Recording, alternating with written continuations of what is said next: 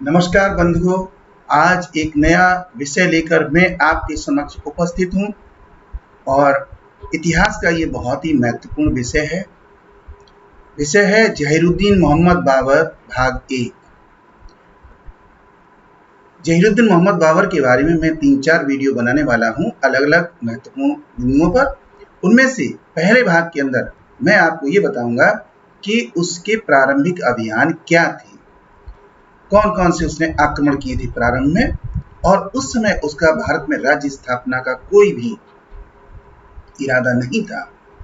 वो भारत में आया, आक्रमण किए, लूटा क्षेत्र को और वापस चला गया। ऐसा उसने कई बार किया, लेकिन उसके बाद जब भारत की स्थिति को वो समझ गया तब उसके मन में राज्य स्थापित करने की इच्छा जागृत हुई और उसके बाद भारत में मुगल साम्राज्य की उसने स्थापना की। तो पहले भाग के अंतर्गत हम देखते हैं कि आखिर उसने कौन कौन से अभियान चलाए थे। तो इससे पहले की वीडियो शुरू करें। यदि आपने अभी तक हमारा चैनल सब्सक्राइब नहीं किया है तो सब्सक्राइब जरूर कर लीजिए। सबसे पहले हम जानना चाहेंगे कि आखिर बाबर कौन था। तो इसके जीवन परिचय के बारे में थोड़ी सी बात करते हैं और उसके बाद फिर अभियानों के बारे में बात करेंगे। तो बाबर का जन्म जो है वो 14 फरवरी 1483 ईस्वी को अंदीना फरगना में हुआ था। फरगना एक रियासत थी मध्य एशिया के अंतर्गत। वहां इसके पिता शासक थे और उनके यहाँ पर इसका जन्म हुआ था। इसकी माँ का नाम था कुतुबुल निगार खानम। कुतुबुल निगार खानम जो थी वो चंगेज खां की वंशज की थी। यानी चंगेज खां जो कि पूर्व मध्यकाल के अंतर्गत बहुत ही खूंखार शासक रहा था किसी भी समय, उसके वंश की थी। और पिता का नाम था उमर शेख मिर्जा जो तैमूरलंग का 5वां वंशज था। यानी कि तैमूरलंग भी उतना ही खूंखार वंश और चंगेज खां का भी उतना ही खूंखार वंश। तो कहने का मतलब है दो बहुत ही प्रतिष्ठित वंशों की संतान थी ये। और इनका जो राजघराना था वो चुगताई वंश का था। इनका जो पूरा राज परिवार था जो शासन कर रहे थे वो चुगताई वंश का था। जब ये बालक पैदा हो गया तो ये शुरू से ही बड़ा शरारती था और बहुत ही बुद्धिमान था। इनके पिता ने उमर शेख मिर्जा ने शिक्षा की पूरी व्यवस्था की थी और इसने बड़े ही मनोयोग के साथ तुर्की, फारसी, इतिहास और सैनिक शिक्षा ग्रहण की थी। बहुत उच्च स्तरीय सैनिक शिक्षा ग्रहण की थी।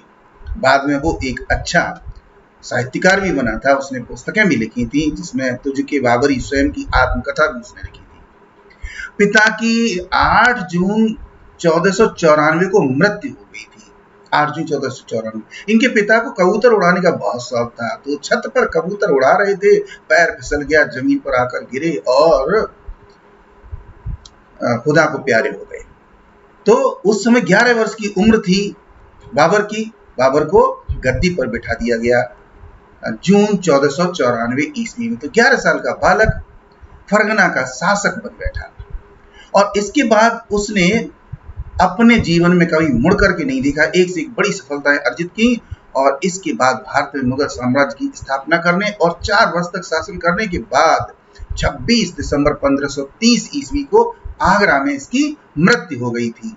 और जैसी कि इसने इच्छा जाहिर की थी कि मुझे मेरी राजधानी में दफनाया जाए। काबुल इसकी राजधानी हुआ करती थी। काबुल को जीत करके इसने राजधानी बनाया था किसी समय में। तो काबुल से ये बहुत प्यार करता था, इसलिए इसने काबुल की इच्छा जाहिर की थी कि मुझे काबुल में दफनाया जाए। उसी की इच्छा अनुसार काबुल में दफनाया गया और वहीं पर इसका मकबरा बनाया गया। तो इस तरीके से बाबर का ये छोटा सा जीवन परिचय था।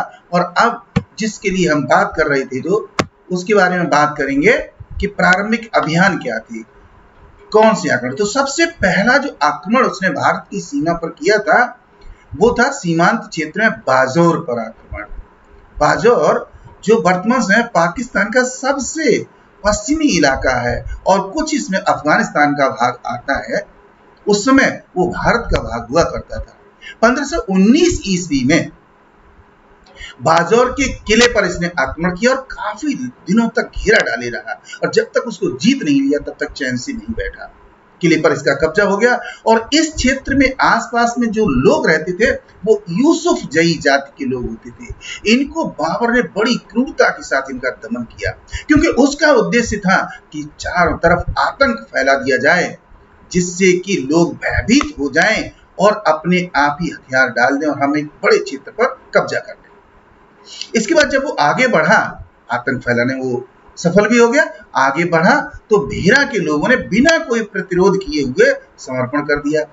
तो बाजौर पर तो उसे थोड़ा संघर्ष करना पड़ा, लेकिन भेरा के लिए उसे कोई भी संघर्ष नहीं करना पड़ा और इसके बाद हिंदू बेग नामक व्यक्ति को इस क्षेत्र को सौंप करके वो वापस काबुल लौट गया। तो इस तरीके से ये पहला अभियान था उसका, जब वो सीमांत क्षेत्र में आया, एक क्षेत्र पर आक्रमण किया, यूसुफ जई जाति का दमन किया और भेरा पर कब्जा करने के बाद हिंदू बेग को यहाँ की जिम्मेदारी सौंप करके वो वापस चला गया काबुल। इसके बाद दूसरा अभियान 1519 में ही ये दूसरा अभियान हुआ। उसके बाद उसने किया और इस अभियान में क्या हुआ कि बाबर जब वापस चला गया था तो हिंदू बेग को छोड़ गया था उस क्षेत्र विशेष पर शासन करने के लिए, मगर हिंदू बेग को भेरा के लोगों ने खदेड़ दिया, क्योंकि वो उतना शक्तिशाली साबित नहीं हुआ, वो कमजोर था, इसलिए उसको खदेड़ दिया। और यूसुफ जई लोग जो थे वहां के, उन्होंने विद्रोह कर दिया कि हम हिंदू बेग के आदेश का पालन नहीं करेंगे। जब ये बात बाबर को पता चली तो बाबर फिर से सेना लेकर के आया और दूसरी बार उसने आक्रमण कर दिया। जब दूसरी बार आक्रमण कर दिया तो उसने अब की बार में बाजोर को रौंदता हुआ, भेरा को रौंदता हुआ और आगे तक बढ़ गया और यूसुफ जई लोगों का फिर से उसने दमन कर डाला। और यहाँ पर आकर के उसने क्या काम किया, बहुत सा धन इकट्ठा किया और अनाज इकट्ठा किया ताकि आगे के लिए अपना अभियान चला सके और पेशावर में पहुंच गया। पेशावर के लोगों पर भी उसने दमन किया, बहुत सारा धन इकट्ठा किया। और इसी समय क्या हुआ कि बदख्शां एक जगह थी, वहां पर कंधार के शासकों की ओर से सीमांत जो शासक थे दूसरे राज्य के, वो उसकी सीमा तक आ चुके थे। तो उसकी रक्षा करने के लिए, बदख्शां की रक्षा करने के लिए वो फिर से काबुल लौट गया। तो इस तरीके से ये उसका दूसरा अभियान था जिसमें उसने भेरा से आगे बढ़ते हुए पेशावर तक कब्जा कर लिया था और फिर से अपने प्रतिनिधियों को वहां की जिम्मेदारी सौंपकर एक बार फिर से वापस चला गया। अब इसके बाद तीसरा अभियान था, तीसरा आक्रमण था भेरा एवं सियालकोट पर आक्रमण। अब लगभग एक वर्ष का समय बीतने के बाद 1520 ईस्वी में बाबर ने भारत पर फिर से आक्रमण कर दिया। जब भी उसे धन की जरूरत होती थी या जब भी वो सुनता था कि भारत में जो क्षेत्र उसने जीते हैं उन क्षेत्रों में विद्रोह हो रहा है, तो वो फिर से तैयारी करके चल देता था। अब की बार उसने क्या काम किया है कि उदंड अफगानों का दमन करते हुए, जो अफगान लोग थे वो उदंड थे। उदंड इसलिए शब्द उपयोग में लाया गया है कि वो जब चाहे जब क्षेत्रों पर कब्जा कर लेते, कभी छोटे क्षेत्र पर तो कभी बड़े क्षेत्र पर, वो चैन से नहीं रहने देते थे। तो इसलिए उनका दमन करते हुए आगे बढ़ा और अब की बार सैयदपुर और पेशावर पर कब्जा कर लिया सबसे पहले तो उसने, और इसके बाद लगातार आगे बढ़ता चला गया। और इसी समय क्या हुआ कि कंधार के शासक साहबे अर्धुन ने काबुल की सीमा पर आक्रमण कर दिया। और काबुल पर जब आक्रमण हुआ तो उसके बाद इधर जब वो आगे बढ़ रहा था तो पेशावर से और आगे बढ़ते हुए सियालकोट तक उसने कब्जा कर लिया था। लेकिन इसी समय समाचार मिला कि कंधार का जो शासक है वो काबुल की सीमा पर उसने सेना लगा दी है लाकर के। अब काबुल बचाना बाबर के लिए बहुत जरूरी था, इसलिए बाबर ने कंधार की ओर अपनी सेना मोड़ दी और एक बार फिर से वो वापस चला गया। और बाबर ने कंधार में जाकर के, उसको 2 वर्ष लग गए उस क्षेत्र को जीतने में, और साहबे अर्धुन को जब उसने हरा दिया तो साहबे अर्धुन उसको छोड़ करके चला गया। हालांकि बाद में भी कंधार में विद्रोह होती रहे बाबर के खिलाफ और 1525 ईस्वी में जाकर के पूरी तरीके से उसका कब्जा हो पाया था। और जब साहबेग इसी दौरान कंधार को छोड़ करके सिंध की ओर उसने अपना ध्यान लगाया और कंधार उसके हाथ से निकल गया, सिंध के क्षेत्र में वो आगे बढ़ गया था। तो 1525 में बाबर ने पूरी तरीके से कंधार पर कब्जा कर लिया और अपने पुत्र कामरान को कंधार के किले का किलेदार नियुक्त कर दिया। तो ये 1525 की घटना है, लेकिन उस 1520 में वो कंधार में वापस चला गया था। इसके बाद चौथा आक्रमण या चौथा अभियान जो था वो सुल्तानपुर एवं लाहौर पर आक्रमण। अब इसके बाद 1524 ईस्वी में पंजाब के सूबेदार दौलत खां लोधी ने बाबर को आक्रमण का निमंत्रण दिया। देखिए यहाँ पर दो व्यक्तियों के नाम है, दौलत खां लोधी और आलम खां लोधी। ये दोनों ही लोधी सरदार जो थे वो इब्राहिम लोधी, जो कि भारत का इस समय दिल्ली सल्तनत का शासक था, सुल्तान था, उससे ये लोग नफरत करते थे। इनकी पुरानी दुश्मनी चली आ रही थी, लिहाजा ये इब्राहिम को दिल्ली सल्तनत की गद्दी से हटा देना चाहते थे और उसकी जगह पर आलम खां को बना देना चाहते थे दिल्ली का शासक। और इसके लिए ये दोनों ये काम नहीं कर सकते थे, इनको और शक्ति चाहिए थी, इसलिए इन्होंने बाबर को बुलाया, निमंत्रण दिया 1524 ईस्वी में। क्योंकि उद्देश्य क्या था, इब्राहिम लोधी को अपदस्थ कर आलम खां लोधी को दिल्ली की गद्दी पर बिठाना चाहते थे ये दोनों लोग। अब क्या होता है, उधर आलम खां लोधी यही अर्चना लेकर के, यही निवेदन पत्र लेकर के काबुल में बाबर के पास चला गया। वो वहां पर बाबर से निवेदन कर रहा है कि चलिए और हिंदुस्तान पर आक्रमण करिए, दिल्ली की गद्दी खाली करवाइए और दिल्ली की गद्दी प्राप्त करने में हमारी मदद कीजिए। बाबर ने ये निमंत्रण स्वीकार कर लिया और निमंत्रण स्वीकार करके वहां से सेना लेकर के चल दिया और अब की बार आकर के उसने पंजाब पर आक्रमण कर दिया। तो आप देखेंगे कि पूरा बाजौर, भेरा, पेशावर, सियालकोट, सैयदपुर, इन सबको जीतते हुए कहां तक आ गया, पंजाब तक आ गया, लाहौर तक आ गया। तो अब की बार उसने क्या काम किया, लाहौर और दीपालपुर पर आक्रमण कर दिया और इन दोनों शहरों को बहुत बुरी तरीके से लूट लिया।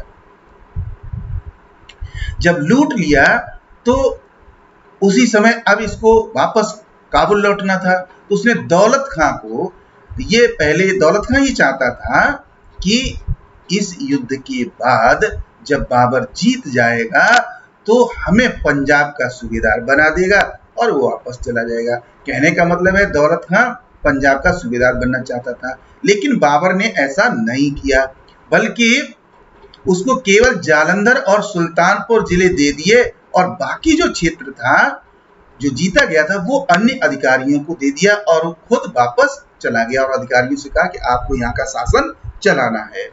तो इस तरीके से बाबर चौथी बार पंजाब के क्षेत्र तक आकर आक्रमण किया, जीत करके वापस चला गया। अब इसके बाद अंतिम आक्रमण होता है बाबर का पांचवा आक्रमण या पांचवा अभियान, और ये दीपालपुर पर आक्रमण और पंजाब पर अधिकार फिर से करता है। अब जब वापस जा रहा था चौथे अभियान के बाद, जब बाबर काबुल वापस जा रहा था तो दीपालपुर आलम खां को प्रदान किया था उसने। देखिए दौलत खां को उसने सुल्तानपुर और जालंधर दिया था और जब वापस गया तो आलम खां को दीपालपुर दिया था। लेकिन ये दोनों ही सरदार संतुष्ट नहीं हुए थे क्योंकि इनकी इच्छाएं कुछ अलग थी। आलम खां जैसा कि चाहता था कि दिल्ली पर आक्रमण करके और इब्राहिम लोधी को हटा देगा और स्वयं गद्दी पर बैठ जाएगा। तो बाबर ने यह कहा था कि यदि जरूरत पड़े अपने मुगल सैनिकों से कहा था तो इनकी मदद करना, लेकिन आलम खां ने बिना मदद लिए ही आक्रमण कर दिया दिल्ली के क्षेत्र पर। तो फिर 1526 ईस्वी में एक बार फिर से वो हिंदुस्तान के लिए रवाना हो गया और दौलत खां लोधी भयभीत होकर के मिलवट के किले में, जैसे ही बाबर अपनी सेना लेकर के आया वो मिलवट के किले में छिप गया और यहाँ तक आते आते बाबर ने 12,000 सैनिकों को इकट्ठा कर लिया था और उनके साथ किले को घेर लिया और दौलत खां को बंदी बना लिया। जब दौलत खां को बंदी बना लिया तो उसके बाद दौलत खां को ये कहा गया कि इसको भेरा के किले में भेज दिया जाए, वहीं पर इसको बंदी के रूप में रखा जाएगा। लेकिन जब उसको भेरा ले जाया जा रहा था तो वो रास्ते में ही मर गया और इस तरीके से दौलत खां का पतन हो गया और पूरे पंजाब पर अब बाबर का अधिकार हो चुका था। तो पंजाब पर बाबर का अधिकार हो चुका था। ये जो 5 अभियान थे, इन 5 अभियानों ने बाबर को भारत की पूरी राजनीतिक और आर्थिक स्थिति समझने में मदद की थी और अब बाबर ने निर्णय लिया था कि यदि अब हम कोई भी आक्रमण करेंगे तो वापस नहीं जाएंगे बल्कि भारत में राज्य स्थापित करेंगे। और इसके बाद अप्रैल 1526 में उसने जब आक्रमण किया था तो पानीपत की लड़ाई में इब्राहिम लोदी को पराजित करके भारत में मुगल साम्राज्य की स्थापना की थी। तो इस तरीके से आपने हमारा वीडियो देखा जिसके अंदर महत्वपूर्ण जानकारी मैंने आप तक पहुंचाने की कोशिश की है। उम्मीद करता हूं कि वीडियो आपको अच्छा लगा होगा। यदि आपको अच्छा लगा है तो लाइक और शेयर जरूर कर दीजिए और आने वाले समय में ऐसे ही हमारे वीडियो आप देखते रहिए और अध्ययन को निरंतर जारी रखिए।